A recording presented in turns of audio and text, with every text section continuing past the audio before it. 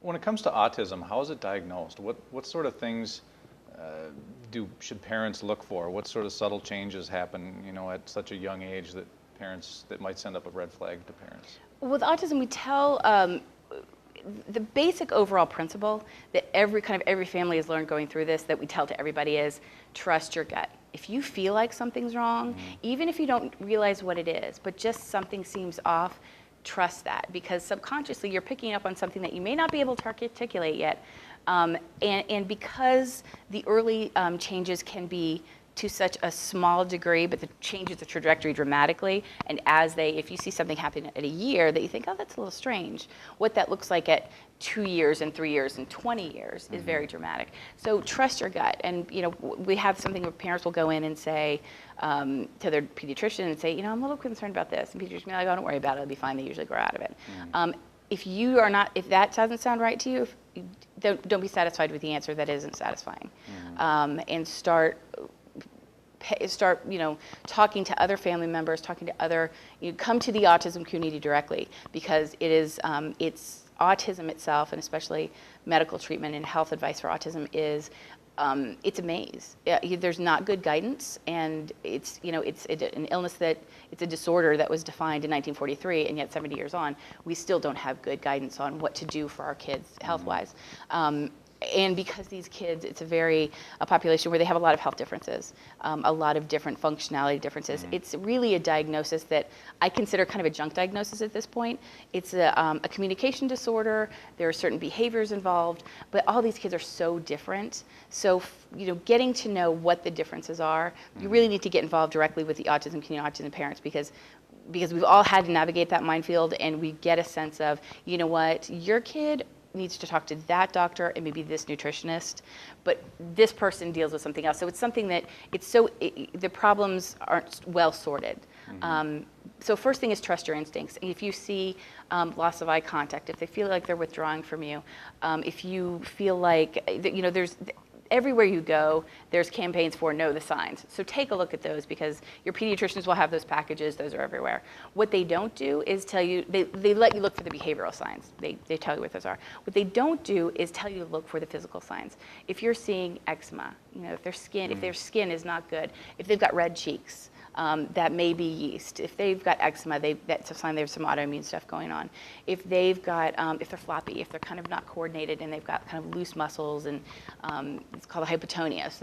So there's physical symptoms that aren't being communicated to parents. If your kids are eating drinking an inordinate amount of milk or a lot of bread, and or they may have gluten casein issues, and they love those, and when you take them away from them, they get very upset. It's actually a withdrawal, because it can behave for them like morphine.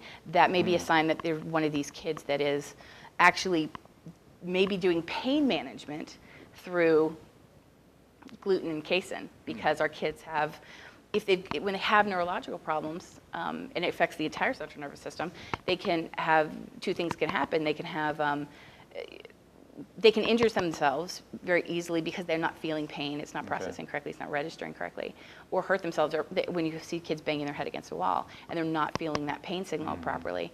The other thing is they can become very hypersensitive. So if they're really sensitive to sound, if lights are bothering them, if one of my first signs for my son was we went to a Halloween party, and we walked in, and it was hardwood floors and kids running around and yelling, and it was all the kids he'd always loved, he'd always been with, had a great time, and he just was a mess, and he was miserable, and he was walking around crying, and I couldn't figure out what was wrong, and he couldn't really tell me, and I was like, well, let me take him in the back, and as soon as I took him in the back and shut the door, he was like, oh my God, thank you for getting me out of there. He just flopped on the bed and was so relieved, and I didn't understand it at the time, and I started putting it together. It was the noise. He could not take the noise that he could before.